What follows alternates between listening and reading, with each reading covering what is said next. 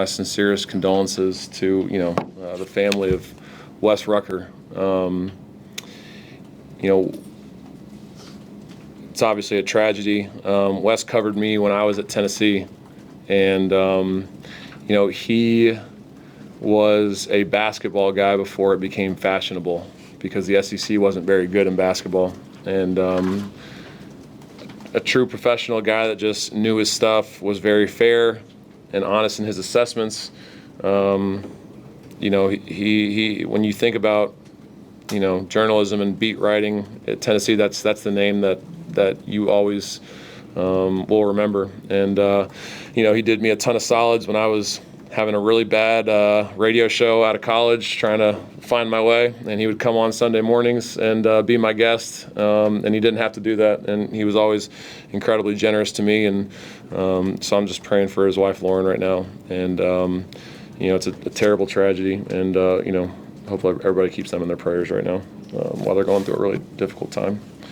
Once again, our fan base, whether we deserve it or not, they are unbelievable, and they just continue to show up and show out and just continue to support this team. And we're so thankful and we're grateful. The Outlive game was another huge success.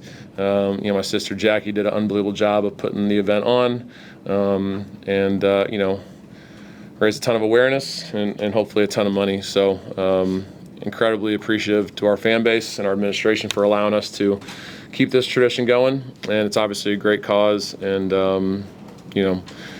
was another successful night. Big win obviously for our team. Felt like that was one we had to get, just based on where we were in the season and that recent 5-game stretch. Our guys did a good job of kind of battling the highs and the lows of that game, because there was a bunch of them. There was 11 lead changes, game was tied 10 times, and our guys just continued to fight. We got down 9 early, had to burn a timeout and just kind of refocus the group.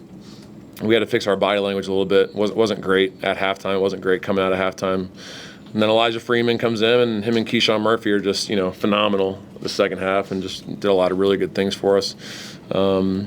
We had to do a better job of finishing games. We were up 4, I think, at the Under 4 media, and just talked about having to finish. And we had 2 coverage mistakes on back-to-back possessions that led to 3s, very similar to the Mississippi State game. So we got to stop doing that if we want to win. So a lot to learn from, but down 3 late, find a way to get to the free throw line, make 2, and draw a foul on the press. And our guys just hung in there, and Elijah obviously makes a big play late. So. With that, take any questions. That was fair. Obviously, Elijah getting put back in the end, but he was plus 10 for y'all tonight. Led the team. Just how big was he in the end, but also just throughout the game, giving y'all that spark? Yeah, that was about as physical I've seen him play offensively, probably. In a while. He was just had his shoulders down, did a great job putting the ball on the floor and just being aggressive. And I liked a lot of the looks that he had in the game. He had a couple clean ones from 3 that I thought were in, and he just did a really good job of just playing physically. And to be plus 10 in a 1-point win really speaks to his contributions, and did a lot of really good things out there defensively.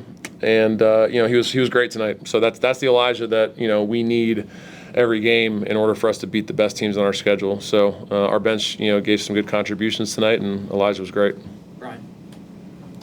Stephen, you mentioned Mississippi State. What does it say about the resiliency of your team that you're going through that possibly again, but this time they bounced back and made the play at the end? And the second part is, what did you see on that?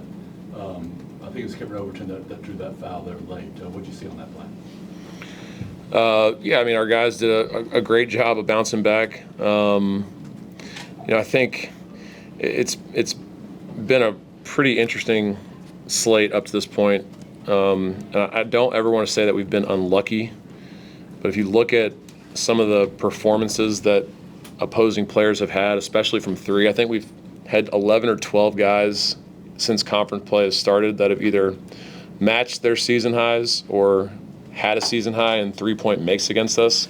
And a lot of those guys are guys that are like shooting 28 to 32% from 3 at the time. And then, obviously, Hubbard goes ballistic and has 46, and then he goes 4 for 20 tonight at South Carolina. So I about threw up my lunch when I watched that. So to answer your question, I think our guys have done a good job of recognizing that we've been a little unlucky in some of these games, because that's how we have to defend. We can't not be in gaps because teams would be too good getting to the rim and finishing through contact. And tonight was probably the first time that the numbers actually went back into our favor as far as teams not making open shots. Kentucky goes 6 for 23. They shoot like 36%, I think, from three. So finally, we had one go our way, which was great. And then KO was in a stance, and KO's back's to me, so I didn't see the play, but looked like he extended his arms, and we got the offensive foul, so we were able to get the ball back and did a great job of getting an inside touch so we could at least have the opportunity to get an offensive rebound. And then we kind of knew what they were going to run at the end of the game. We saw Marino do it against LSU, so he almost caught it again, and fortunately he kind of bobbled it, and we were able to win the game.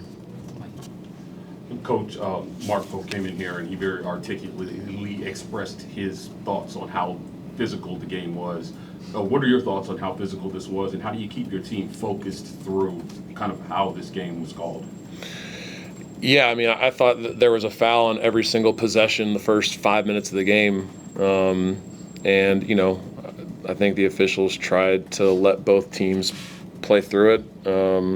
Because, if every foul was called on both ends, it would have been, both teams would have shot 50 free throws. So, a lot of physicality on both ends. I thought they were holding us on every single entry pass, so, I think it works both ways. Very physical game. And, I thought for the most part our guys did a pretty good job of handling it. And I told them, I was like, don't ask for whistles in this game, because obviously that's not how they're calling it right now. You got to adjust to what the officials are doing, and they already have an impossible job as it is. And